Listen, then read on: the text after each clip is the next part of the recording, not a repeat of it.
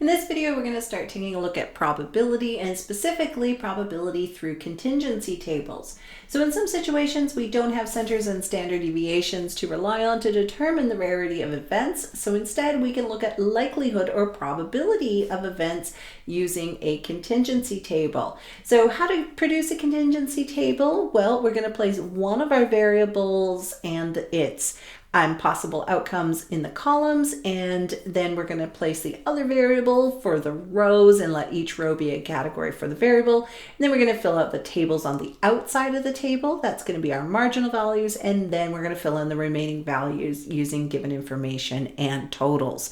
So it's a relatively straightforward process once you get the hang of it. So let's take a look at an example. In a survey of 250 households, 180 said they had a cat, 95 said they had a dog, and 52 said they have both a cat and a dog. So the first thing we want to do is analyze this situation. Somebody went out and surveyed people, walked up to them and asked them a couple of questions. Remember, that's our variable. So what did they ask? Well, from our responses here, it's pretty clear that they were asked, do you have a cat and do you have a dog? And so the possible responses to that were both yes or no for each of the questions. So that's going to define kind of the layout, right? So we're going to put the one variable, let's say, do you own a cat? Right, is going to be across the rows, and then we'll use the other variable, do you have a dog, for across the columns. Now again, the responses to do you have a cat could have been yes or no. So I'm going to say yes, cat, no, cat. And likewise for the dog question, there could be yes, dog, and there could be no, dog. And then what I'm going to do is start creating a table out of that information. And what I want to include is also the totals for these. Okay, so I'm going to have my cat, no cat, total, and yes dog, no dog, and total. Oh, not an S there. Let's just do that. Okay, so now I'm going to start filling in my information. And the first thing that I can include here for my information is what is referred to as the grand total. So how many people in total were talked to in this survey? And there were 250 households that were kind of included in our sample. So that's our grand total. 250, that is our grand total, and that is going to be usually our sample size. And if we ever have percent, we would use 100 as the grand total. The grand total, because it's technically out of 100 with percents, right? So that's what we're thinking of for our grand total. Excuse me. Now, the next thing we can enter is we can start then talking about these other totals. So 180 people said they had a cat. Now, that doesn't really matter whether they have a dog or not. We're just saying in general, overall, the yes cat responses came out to 180 people. So that's going to be the 180 is going to go at the end of the row, because again, we're ignoring what's happening with the dog columns for now and just giving a summary of how many people said yes, they have a cat in the household. Okay, so this is total yeses to having a cat. Well, if we talk to 250 people altogether, and 180 of those people said they had a cat, how many people did not have a cat? Well, that's easily enough calculated by taking our 250 minus 180 to get to 70 people who did not have a cat. So this is people who do not have a cat. Okay, now we can also now go around to the dog information. So 95 people said they have a dog. So that is the total number of yeses. So we're going to go yes dog and to the total, and that will be down at the bottom, and that's where we put the 95. Now, a lot of people get confused and want to put it up here. That is not where that is going to go. And I think I have my There we go. Eraser on a really big setting. Yeah, because otherwise that's actually an and combination. So that cell right here, up in the corner, that is actually those people who have a dog and a cat at the same time, because it's the intersection of those two categories. So when we're given those totals, they will always be somewhere on the outside edge rather than on the inside of our table. Now, just like we did to find the 70 for the number of households without a cat, we're going to take our grand total of 250 minus the 95, and that will leave us with 155 households that do not have a dog. So this is our total with a dog, and this is our total without a dog. Okay, now we're given a last piece of information. 52 people said they had both a cat and a dog. And so it's that word "and" that gets to be pretty important when we're looking at these probability questions. So "and" means both at the same time, which is in our table indicated by the intersection of a row and a column. So we are going to have here yes to having a dog and yes to having a cat at the same time. So that's where the 52 is going to live. 52 lives there. And that's an "and." So this is cat and dog. Now, in fact, each of the cells in the main body of our table, so not talking about the totals, just the main outcome area, each of those individual cells is an "and" combination. So over here, this would be a cat and no dog. Over on below here, we would have no cat and yes dog. Over here, then we would have no cat and no dog. Okay, and so that's what we're thinking of here is each of those individual cells are "and" combinations of the characteristics or of each of those variables.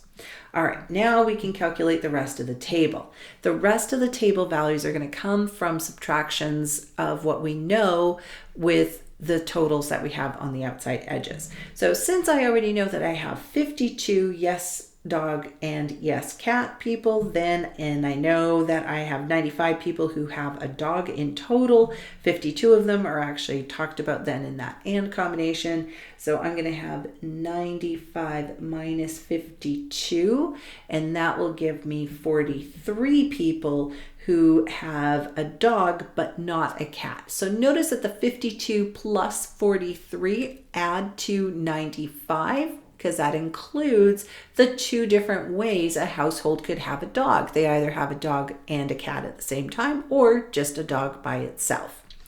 Likewise, I can use my 52 and the 180, so I can do 180 minus 52. So take the total, subtract what you already know, and that will give me 128 people who have, yes, they have a cat, but no, they do not have a dog. And again, the 52 plus 128 comes out to 180, since the two values, the 52 and 128, are the two different ways that you could have a cat in the household.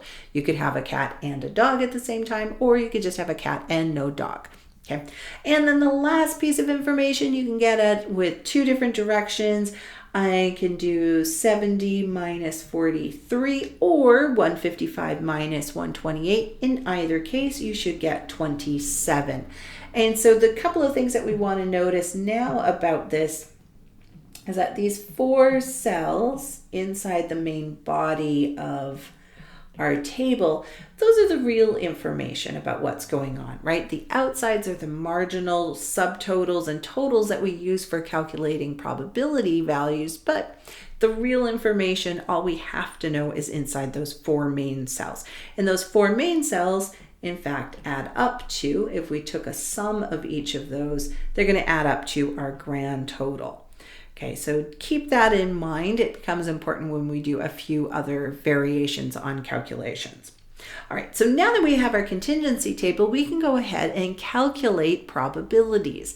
Okay, we're going to be taking a relative frequency approach to this because it's based on experimental information, meaning we collected data through a survey. Now we can try and extrapolate that information to say something in general. All right, so what is the probability that a household owns a cat? Well, we're going to use our data that we collected to determine that. And there's two parts to doing these probability questions that you're going to be learning about for this class. First is how to express this statement of finding a probability that a household owns a cat, or whatever else we're trying to find the probability of. And so that notation, we start with an uppercase P, and that means find the probability of whatever follows in the parentheses. Okay, and so it's like function notation in that uppercase P means the function of finding probability, and what we are finding the probability of is what we express inside the parentheses. And what we're going to try and do is use labels inside of this notation that match the labels we use in our table. Okay, so I have yes cat, yes dog, no dog. So I'm going to want to use those labels in my probability statement. So I'm trying to find the probability that a household owns a cat. That would mean yes cat, because I'm using that same label, close the parentheses. So that's my probability notation for finding the probability that somebody has a cat or a household owns a cat. And that is going to be equal to the number of households from our survey that owned cats. So 180, that's our total, divided by the grand total, or 250. Okay, and so here we'll notice that we're going out of a grand total. So in general, the probability of and let's call it a subset or subgroup or category, will be the category total divided by the grand total. Okay, and that's just in general what will be the case. All right, so the next one, what is the probability that a household does not own a dog? So that is probability of no dog. Okay, again, uppercase P means find the probability of what follows, and what we're going to label that statement as will match the labels from our table. And so we're looking for the total, so of the category of no dog. So no dog's total was 155. And we are looking for the probability of this subgroup or category as in general, so we would take that out of the grand total. Now notice I'm not doing anything else with this. And so in terms of our particular situation, we are wanting to just leave it as a fraction. When you are doing MyOpen math problems, there will be specific instructions on how to give your answer. And a lot of the times they'll be looking for a reduced fraction answer or a decimal to a certain number of places. So please be aware of that, watch that, and follow what they instruct. In terms of me and what I grade on your quizzes, your exams, your written assignments, I just want to see the fractions with the numbers from the table, except in one case, which we'll discuss coming up. But in general, just leave it as a non-reduced fraction using the numbers from the table. So it's easier for me to know where you were seeing those values and why you put them together. All right, so the next one, what is the probability that a household does not own a cat and does not own a dog? So the probability statement itself, this is no cat. And we've got an and combiner there, so and no dog. All right, so an and, remember, is going to be the totals given in one of those cells. So the no cat and no dog, I actually have that labeled already, and there's 27 households out of 250 surveyed households that responded that way. So that's the probability for no cat and no dog. Now this one is going to, in general, so the probability of and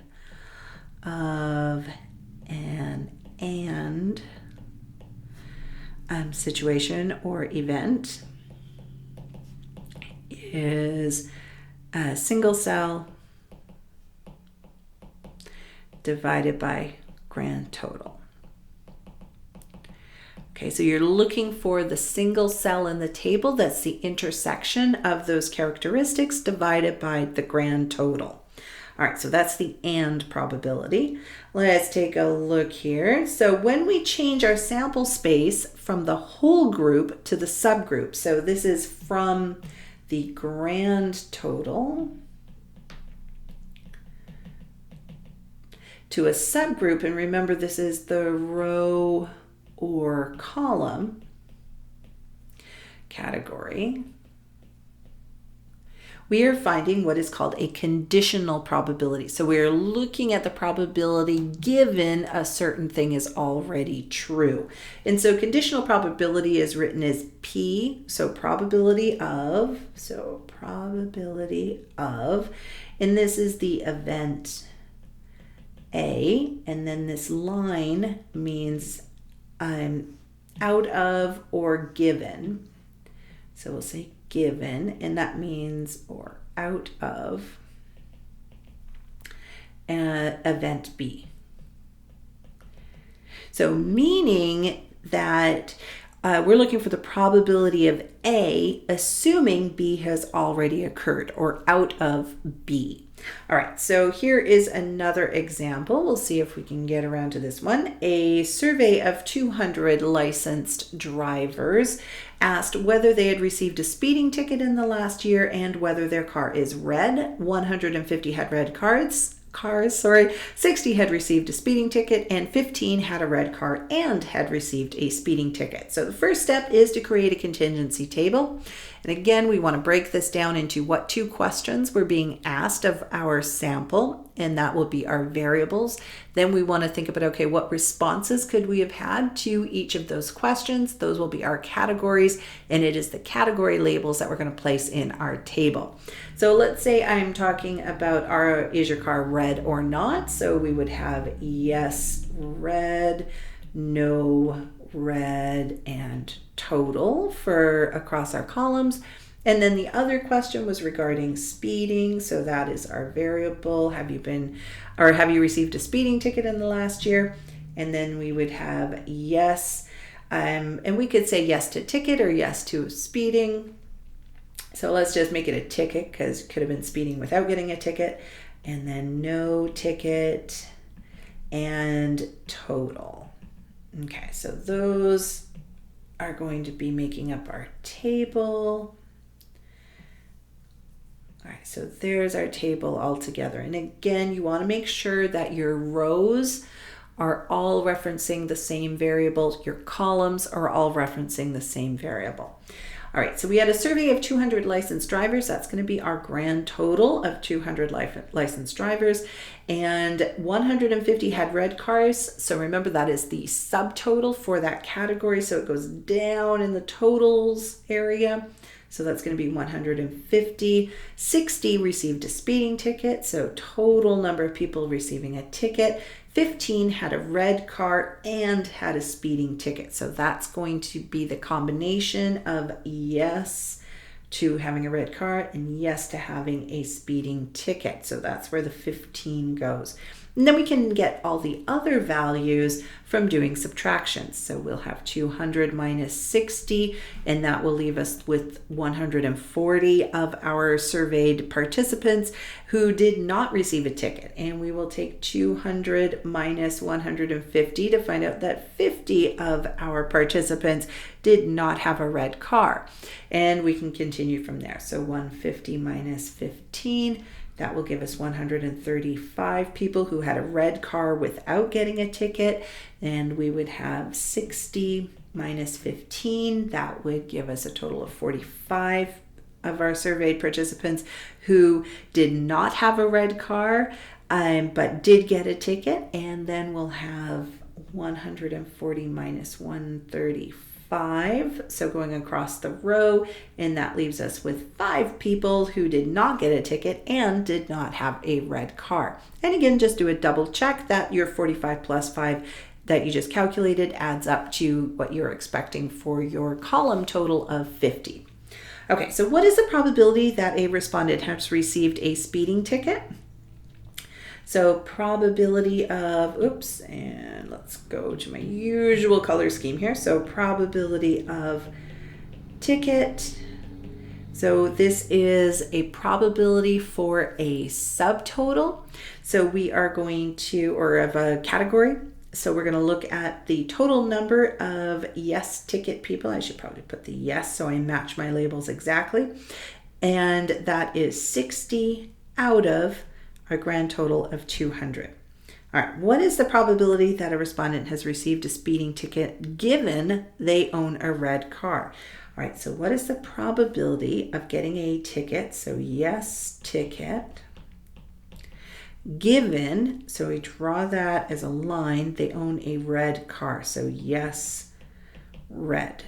Okay, and so again, what this is saying is that we know that the person has a red car. That is already known. But among people who own a red car, what is the probability that they're getting a ticket? All right, so what I want to do is I want to isolate my attention to just those people who have a red car. So I'm going to only look at this column, okay, the yes red column. And within that, I am then going to look for, okay, among those people who have a red car, how many received a ticket? So there were 150 people who drove a red car, and among those 150 people, 15 had a ticket for speeding. All right, so what you want to notice here is that we are going to take our given, what we know to be true, group and find their subtotal, and that becomes our denominator. Okay, so out of the subtotal for the given category. Okay, so this is the one case where we're not out of the grand total, and that's going to be it. Only when we're doing these conditional probability calculations are we going to be out of something other than the grand total. That's what makes it conditional, right? It's conditional on a different group being present. All right, and then in the numerator, it's going to be the and of those two categories. So this is going to be the yes ticket and yes red. Okay, so it's always that and combination in the numerator and out of the subgroup or subtotal that is specified after the given statement. All right, so then the next one, what is the probability that a respondent has received a speeding ticket given they do not own a red car? All right, so a little bit different probability of yes ticket. And now it's given that they do not have a red car, so out of no red. So here we're going to be looking back at our table, and instead of having our attention on those folks who do have a red car, we're going to now look at just the group that does not have a red car.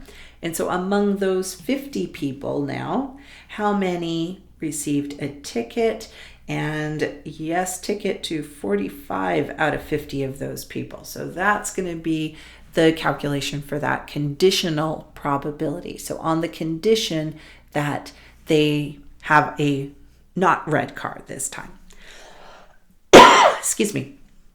Now, the reason we do that calculation is to talk about this concept of independence.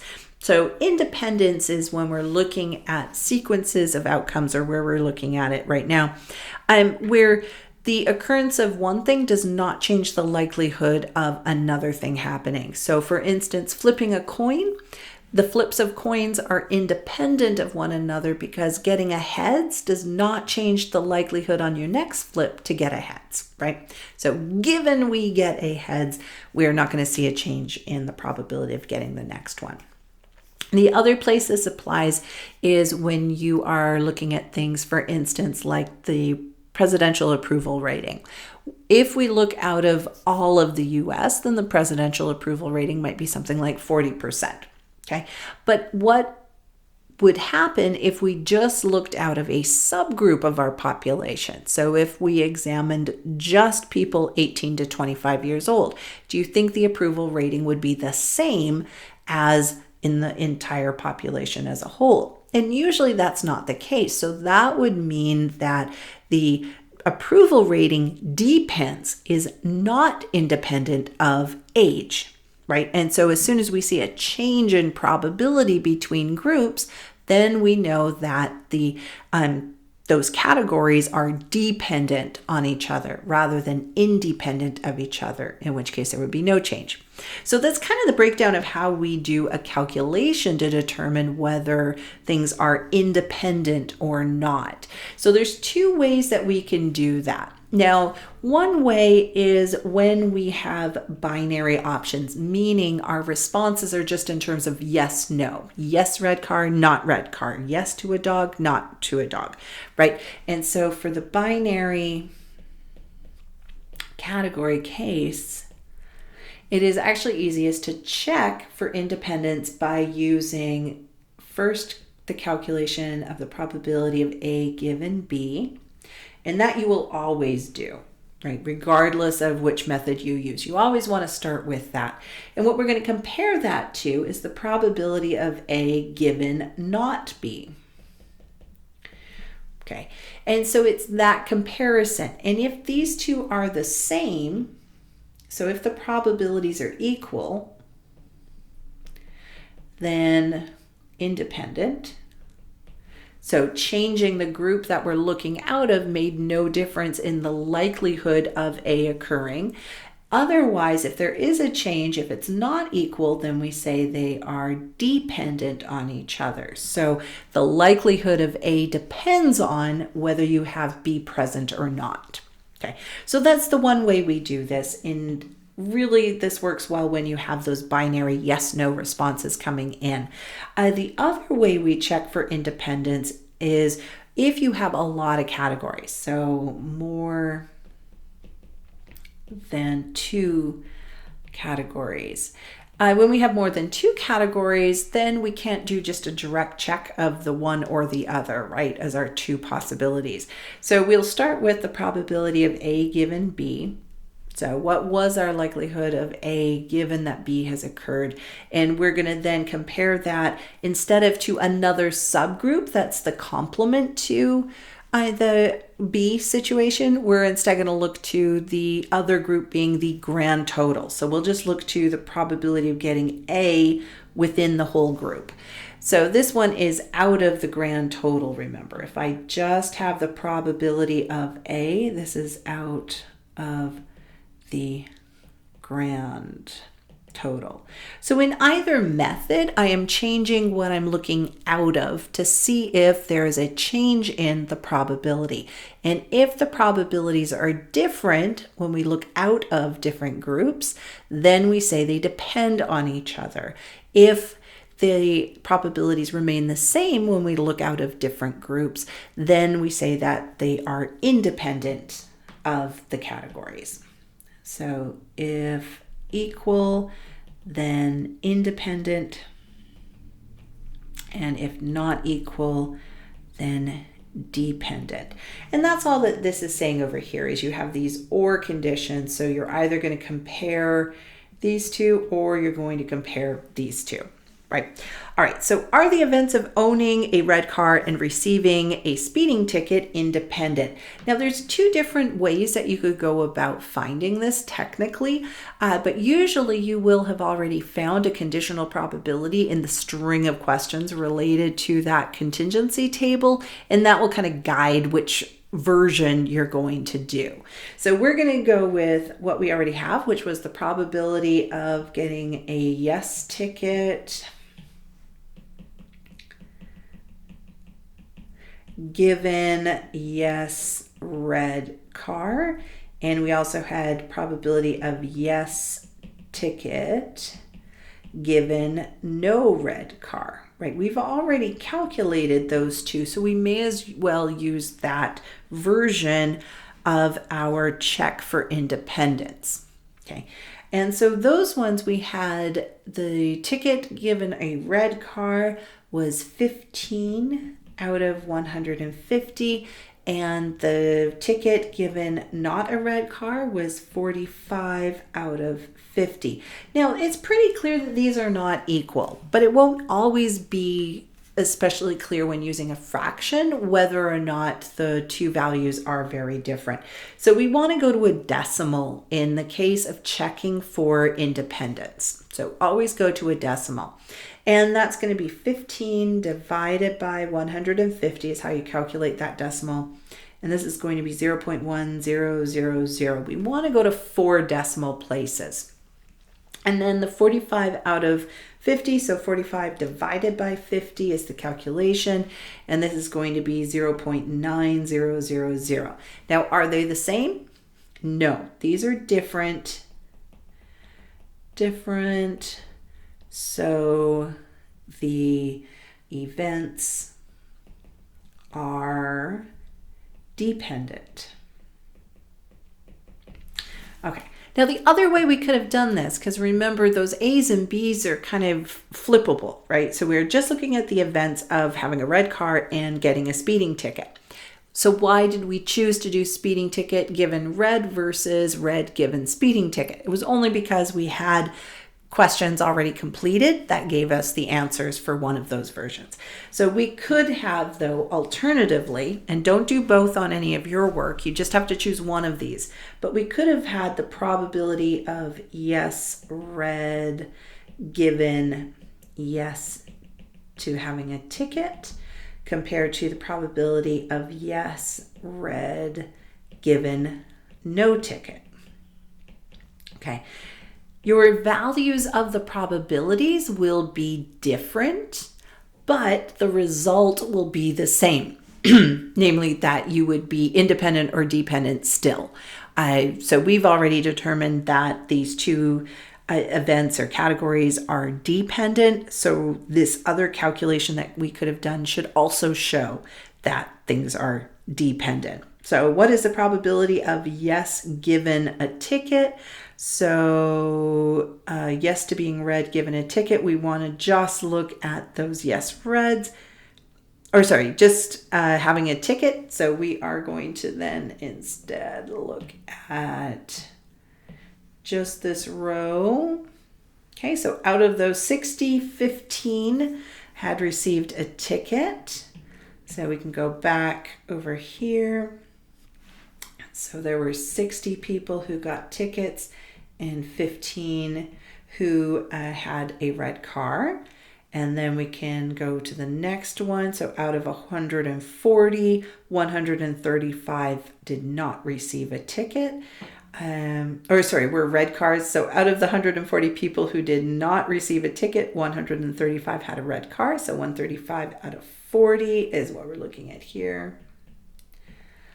Out of 140. Actually, I'm going to change this over to blue so it's clear that this is a separate way to do it. So 15 out of 60, 135 out of 40. And again, it's pretty clear that those fractions are not the same, but without having the same denominator, it's not always as clear. So 15 divided by 1, or 15 divided by 60 is 0.25, and it's always best to put the zeros attached to it as well to go out to 4 decimal places, so I don't question, is that to 4 decimal places, right? You want to make sure you're going to 4, and 135 divided by 140 is 0.9643 to 4 decimal places. And so again, we have different probabilities out of these calculations, but the end result is the same, namely that they are different probabilities, so the events are dependent. So different, so the events are dependent. Okay, so another quick thing to note here is whenever you're doing a check for independence, the first thing is you're always going to have a comparison of 2 probability calculations.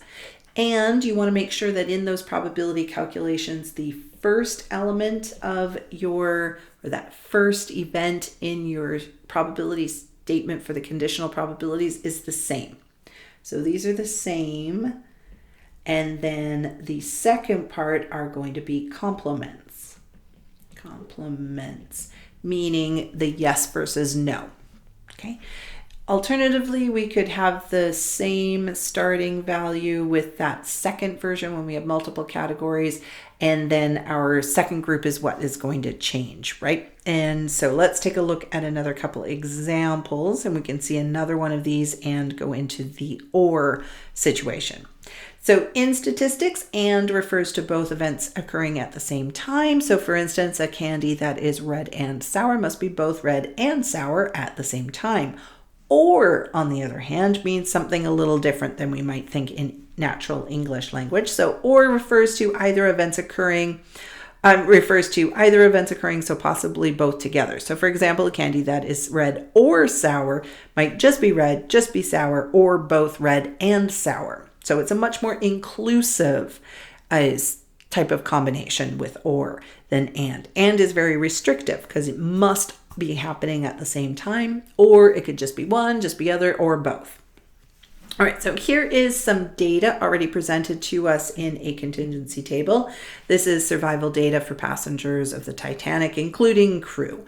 All right, so what is the probability that a passenger was crew? So again, this is looking for the probability of a subgroup altogether, or a category value. So we are looking for the total number of crew, which was 885 out of the grand total, and that is 2201. So the probability of being crew is going to be 885 out of 2201. And we just leave it like that. We're not going to a decimal, we're not converting it to percent, and we're not reducing the fraction. Just leave it with the numbers that you got from the table itself. What is the probability that a passenger was first class and survived? So always look for that connector word, whether it's an and or an or. So probability of first class, so we use the labels from the table, first and survive. Okay, and so now we're looking for the intersection of those two categories. So there's first, there's survive, so that's going to be the 203, and is always out of the grand total, so divided by 2201. All right, so probability, one thing to always keep in mind, and what some folks can get caught up in, is most of the time we're trying to figure out what's going in the numerator. And so there seems to be an overemphasis on that. But we want to remember that probability is a value between 0 and 1. It is a decimal. It is a fraction. And so you never want to give just the whole number from the numerator as your response, right? Always make sure it's over something. So they're staying with a value between 0 and 1 as our probability. All right, so what is the probability that a passenger was third class and did not survive? So there's our and, we want to connect that. So probability of third is what our label was. So third and did not survive. So not survive is our label. Not survive. All right, so and means we're going to look at the intersection of those two categories. So third class and did not survive. So it's 528 people meet that criteria out of 2201. So 528 out of 2201. All right, what was the probability that a passenger was third class or did not survive? Or, okay, so probability of third or not survive. Okay, so for that one, or is going to include anybody who was just third class, just survived, or both. So the way that I want you to think of this, now there's some rules. If you read the text or if you look online, you'll see all of these fancy formulas, and I'd really rather you don't even care about that. What we want to do is go through and identify what's going on. So if we were wanting to include anybody who was third class or did not survive, so anybody who was third class is going to be included. So there are our folks who are third class. And I'm ignoring the total right now because those two numbers that I've circled add up to the 706. I don't need the extra 706. It is just those two groups of third class passengers that I care about. The group that survived and the people who did not survive. I also want to include in that anyone who did not survive. So I've already counted the third class group that did not survive, but I needed to include the crew who didn't survive, the second class and first class passengers who did not survive. So what I have circled right now are the values that are going into the sum to make up the numerator of our fraction, so of our probability. The or is inclusive. It includes a bunch of different cases that we want to add together. So what I find easiest is to take one of your categories as a whole. So I'm going to take the one with the largest or the most calculations going on, and that is to not survive. And I'm going to add those all up, and that comes to this number here. So I'm including each of these cells so far. Okay, so those are all being added together to give me the 1490. Then I want to add to that any cells that I haven't already counted. Now I need the cell with 178, so I'm going to need the 1490 plus 178. Okay, so just those two numbers are going to be added together. Now where this can often go wrong is there is a rule that says that you're going to take the sum of the subtotals, but then you need to subtract the overlap. Okay, because if I had just wanted to add, let's take a look at what that is meaning. If I had wanted to add together, let's say I wanted to just go, okay, well, I want the people who did not survive and anybody who was third class. I'm going to add those two together, the 1490 plus 706. Now, the problem with that is this 1490, it includes all of these cells, right? And the 706 includes these two cells. So if you look at what happened, we actually double counted the 528. It's counted once in that subtotal of 1490 and also included in the sum for 706. And so this total is too big. Okay, we've got a double count of the overlap. And so that's where this other method of just taking the sum of all of one category and then adding anything left over from the other category is always going to be the right answer. You're not going to get steered wrong by trying to do this formula with the subtraction of the double counted or overlapping region, which a lot of people forget to do. So just stick to the adding of one category subtotal. So adding all of these to get this one, and then add to that anything left over. Okay, so we'll do 1490 plus 178. So 1490 plus 178, or is out of the grand total. So that'll be out of 2201. And those together are going to add to 1668 out of 2201. Now, for practical purposes, this isn't very helpful for us, right? It is better to describe your final answers in terms of percentages in your summaries. But in terms of our calculated work, it is much easier for me to see where those numbers would have come from by doing it this way. Okay, and also allows more partial credit if there happened to just be a minor mistake in your calculation. All right, what is the probability that a passenger was second class or survived? So similarly, we're going to want to do a sum of a bunch of stuff. So the probability of second or survive.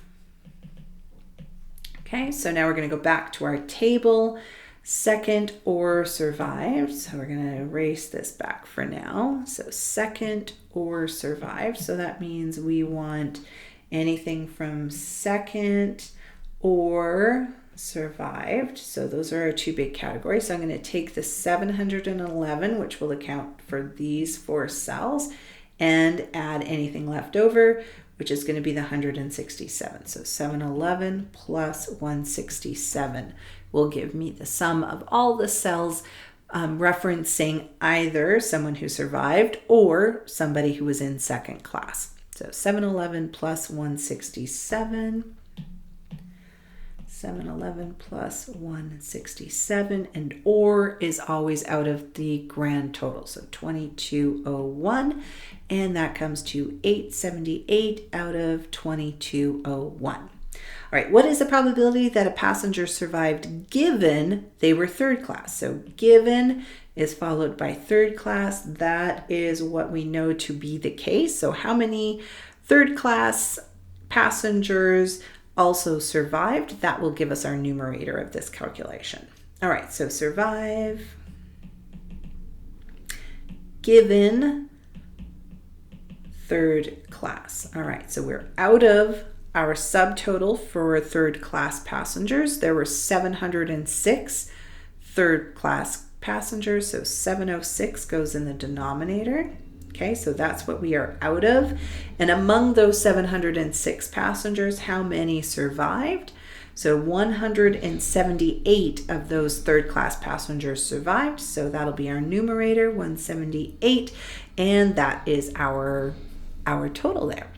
All right, what are the events of a passenger being third class and a passenger surviving independent? So those are our events that we're checking as third class and surviving. Now remember, we have a few different orientations of this that we could be doing. We could do the probability of third given survive compared with the probability of third given not survived. That would be one combination. Or we could do the probability of survive given third versus the probability of surviving given. Now, usually we would say not third, but we don't have a category of just not third. So when we have multiple categories and not just a complement, so survive, not survive, those were our only two categories. Third class, we also have first, second, and crew, right? So this is that case where we would want to check survive out of the grand total as another option. Okay, so we have our choice here, but what you'll usually want to do is again go with what you've already calculated. We've already calculated a conditional probability here, so we may as well go with this pair just because we already have it partially started. Okay, so then we'll find the probability of survive given third class. And yes, you're rewriting it. You need to give a complete argument for whether you have independence or not. So that means showing both of those probabilities in their calculation. So this will be 178 out of 706. We also need the probability just of surviving out of the grand total. So the total number of survivors was 711 out of a total of 2201. So 711 out of 2201. Now for this case, we're going to go to our decimals. Remember, keeping all of the other probability calculations, we just keep as out of the non-reduced fraction form, right, read straight from the table. But when we're doing independence checks, because we're checking to see if the probabilities are equal to one another, we're going to want to go to 4 decimal places for that equality check. All right, so 178 divided by 706 is 0.0241 rounded to 4 places, right? So I look to the 5th position was a 7, so I'm going to round that up. And then 711 divided by 2201, and that is 0.3230. So again, not the same. Let me see, 170.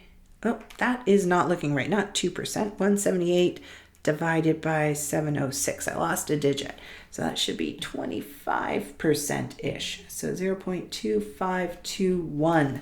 There we go. That looks a little better. All right, so always double check. I mean, I'm looking at it about 200 out of 700. It should definitely not be only 2%, right? So that's what was signaling to me I may have made a mistake there. But in general, we're looking at these now, and we would say that these are dependent because it depends. Your likelihood of surviving depends on whether you were third class or if we were looking out of the whole group, out of all passengers. So the events are dependent since the probabilities are different. Okay? All right. So the other thing that we want to be able to check for when we're looking at a contingency table is whether events are disjoint or equivalently mutually exclusive. So we want to check, and when we check that, we are looking for whether they can happen at the same time. And so probabilistically, our check is about an and probability. So two things are disjoint if they cannot happen at the same time, which means the probability of A and B would need to be equal to 0. Right? And if you've seen Venn diagrams before, disjoint would be something like this. So A, B cannot happen at the same time. So this is disjoint from one another. Whereas if we have overlap between them, this is not disjoint, right? We can happen at the same time. Happen at the same time. Okay, so are the events of a passenger being crew and a passenger not surviving disjoint? So we would check that by checking the probability of being crew and not survive. Okay, so again, your probability statements should not be a full rewriting of the sentence problem. You're instead compressing that down to what it's really asking about, and the and probability is what we're looking for, and we are connecting the and with the two events in the same form as what we have the table labeled with. Okay. All right. So probability of crew and not surviving, go back to the table. So not survive and crew. There's 673 crew that did not survive. So 673 out of 2201. And this is not equal to 0. Okay. So that's the way we can record that. So they are, well, we have overlap, right? So they are not disjoint. It is possible to be crew and not survive at the same time. All right, next one, are the events of a passenger being first class and a passenger being crew disjoint? Okay, so P of first class and crew. Okay, so now if we go to our table, notice that these are both first class and crew. Those are both categories of the same variable. By definition, the categories of a variable, so the responses, are disjoint automatically. So even though it's very difficult to think about how to do this calculation of looking for an intersection, notice that these categories cannot intersect because they are in separate columns. And so that automatically tells us that it's equal to 0. Therefore, they are disjoint. Are disjoint. So it's actually pretty easy to determine disjointedness. We can just look at the table. That and calculation is pretty evident. If we're looking for independence, however, that is a different type of calculation. It is related to probabilities, and therefore we need to run through the calculations of probability. We can't just look at a table and determine whether or not the events are independent from one another. But we can look at a table and determine whether events are disjoint or not. Regardless, though, you still need to show that calculation of the and probability. All right, so one last one. In a recent survey, it was found that 65% of American adults ate fast food at least once per week. 40% of American adults exercised at least 30 minutes per day, and 75% of American adults ate fast food at least once per week or exercised at least 30 minutes per day. All right, so we have two different variables. We are talking about fast food and we are talking about exercise. So I would say, sure, yes, fast food, no fast food, and total for the one variable. And then we're going to have yes exercise, no exercise, and total for the other variable. Shoop. There we go. And these are percentages, so we know that we're going to need to make our grand total out of 100. Don't get confused by trying to put percents into the table itself, because ratios of percent starts getting confusing. Don't worry about making these into decimals. Also can lead to confusing calculations. So instead, just treat it as out of 100. So in a recent survey, it's found that 65% ate fast food at least once per week. So that's our yes total. 65 goes here. We find the total for no fast food is the difference between 100 and 65. So that'll be 35 goes here. We know that 40% of American adults exercised at least 30 minutes per day. So that's our total for yes exercise. So that would be 40 here. Complement to that, or 100 minus 40 would leave us with 60% of people who are not exercising at least 30 minutes per day. Then the last piece of information we're told is that 75% of American adults ate fast food at least once per week or exercised. So this is an or piece of information as opposed to the and pieces of information that we saw before. So we're going to need to treat this a little differently. First step to this is to recognize which cells of our table actually correspond to this or statement. So anybody who ate fast food at least once per week, so yes to fast food would be included. So these two cells, as well as anybody who exercised at least 30 minutes per day. So that would be this row for yes exercise. I've already circled one of the cells. So this would be the other cell that would combine to get that. So 75%, so 75 is what those three cells should add to. And that can be done through a bunch of systems of linear equations. We can figure it out. But a little easier is to recognize, remember what I said at the beginning, the four cells together should add to 100, the main body of our table, this region right here, right? So those four cells should add to 100. And so if the four cells added to 100, the three cells add to 75, what's got to be in that leftover cell, right? That's got to be equal to 25. So 100 minus 75 is going to give us 25 in this one cell. And once we have one cell filled in, along with our subtotals and our grand total, we can go ahead and fill in the rest of the table pretty quickly and easily.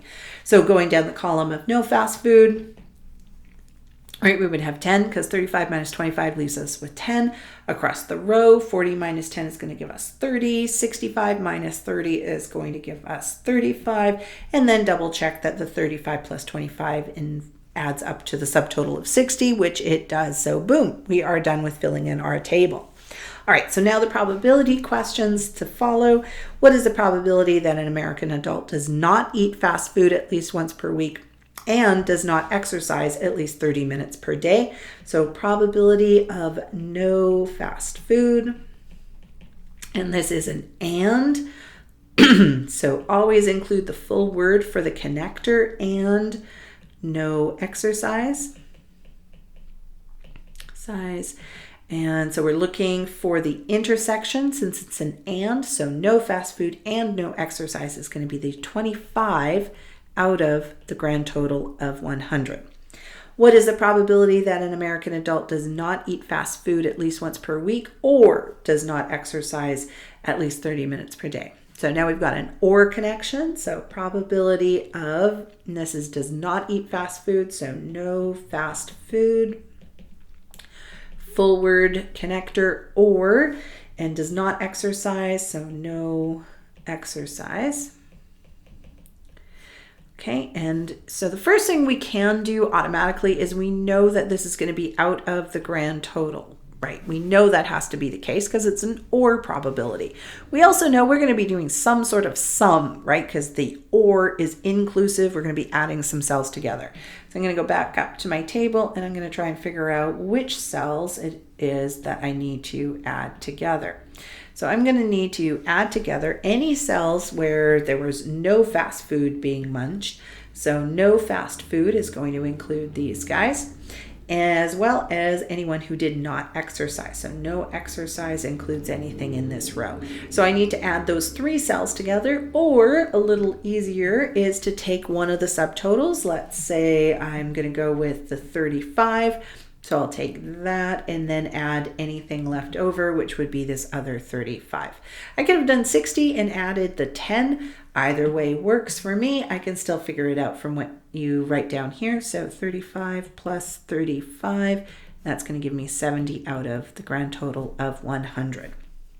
All right, and notice in my work, this is how I'm hoping you will be presenting your work as well. So showing the sum, making sure that that numerator is always over the grand total or a subtotal, depending on what case you're doing, but at least it is a number between 0 and 1. It is a fraction, not just the numerator total. All right, what is the probability that an American adult eats fast food at least once per week, given they do not exercise at least 30 minutes per day? So given, so we're doing probability of yes to fast food,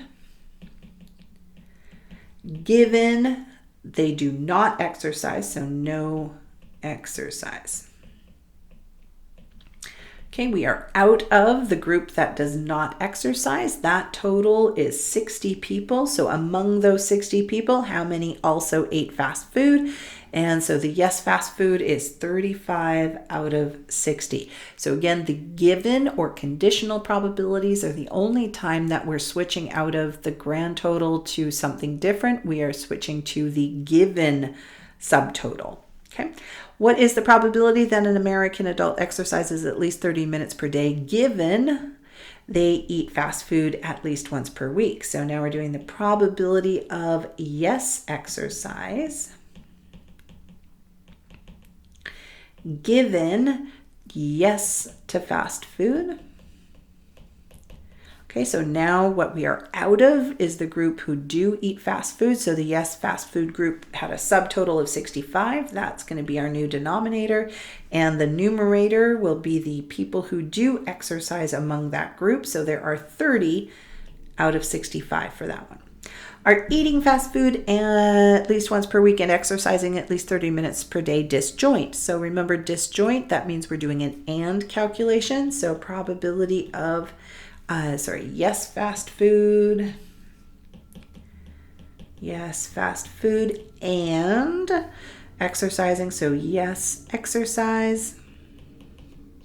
Okay, connector has to be fully written out. Don't just use a comma or the little and symbol. And is out of 100. And do we have more than 0 for our numerator? And yeah, we do. We can look at the table. There's 30 people who had fast food and exercised. That is not equal to 0. So they are not disjoint. Okay, so remember this calculation of and is telling me how many people both ate fast food and exercised at the same time. There are 30 of them, which means it can happen at the same time. They are not disjoint. They are not those separate circles of the Venn diagram. They are overlapping in some way. All right, and last but not least, are eating fast food at least once a week and exercising at least 30 minutes per day independent. Okay, so again, we're going to go back up to our problems, and we're going to choose one of these directions to work with. So either fast food first or exercise first. We have one of each, so really we could go with either one. I'm going to do the label that came first, which is fast food. So yes to fast food, given yes to exercise, size. There we go. And then the probability, keeping that first event the same, yes to fast food, given the complement or the opposite, so no exercise for my second condition. All right, so the first one is going to be out of everybody who said yes to exercising, so that is going to be out of 40, and how many people ate fast food out of that group? 30 out of 40. So that'll be 30 out of 40. And then the second one we actually already calculated. That was 35 out of 60. And we found that one right over here on number 4. Okay, now this isn't quite enough for me to gauge. I mean, sure, it should be. The first one is over 50%, the second one is under. So we know they're going to be dependent, but for the sake of the people reading, we don't want to have to make them work that hard to figure out the fraction. So go to the decimal. 30 divided by 40 is 0.75. Add those extra 2 zeros to make it very clear that you went to 4 decimal places. 35 divided by 60 is 0.5833 to 4 decimal places. And since they are not equal, that means they are dependent. It depends. The likelihood of having fast food depends on whether there's exercise taking place or not. So since they are not equal, the events are dependent, or in other words, not independent. Okay, and that's all that you really need to know for the contingency tables and basic probability. Again, summarizing it, you have subgroup probabilities, you have and probabilities, or probabilities, conditional probabilities. The subgroup probability ands and ors are always out of the grand total. It is conditional probabilities that are out of a subtotal instead. Your probabilities are always values between 0 and 1. You should write the probability notation very clearly. You will get graded on that part of it as well as your answer. And when we're getting the values from the contingency table, just leave them as a unreduced fraction as you see it, unless you're doing a independence check. And independence is about changes in probability, which can be quite subtle. So we want to go to 4 decimal places and see if they match to those 4 decimal places. If those probabilities are the same to 4 decimal places, then we say they are independent. It does not matter whether you're in this group or this other group. The likelihood of this other event happening remains the same. Disjointedness is also a check done with a calculation of probability, but it is really about whether or not those events can happen at the same time. So the probability that we check is the and probability. Do they happen at the same time? And if the and probability is 0, then they are disjoint. If it's anything other than 0, then they are not going to be disjoint. So that's going to be your check there. And the table building itself usually comes down to being a pretty straightforward process for folks. Most of the time you will be getting the subtotal informations and the and probability information in the given statement, but occasionally I'll toss in those ors just to make sure you're seeing those clearly. Ors, remember, are sums of different cells in your table and is always going to be the single intersecting cell in your table out of the grand total. All right, so that's about it for contingency tables, and we'll see you in the next video.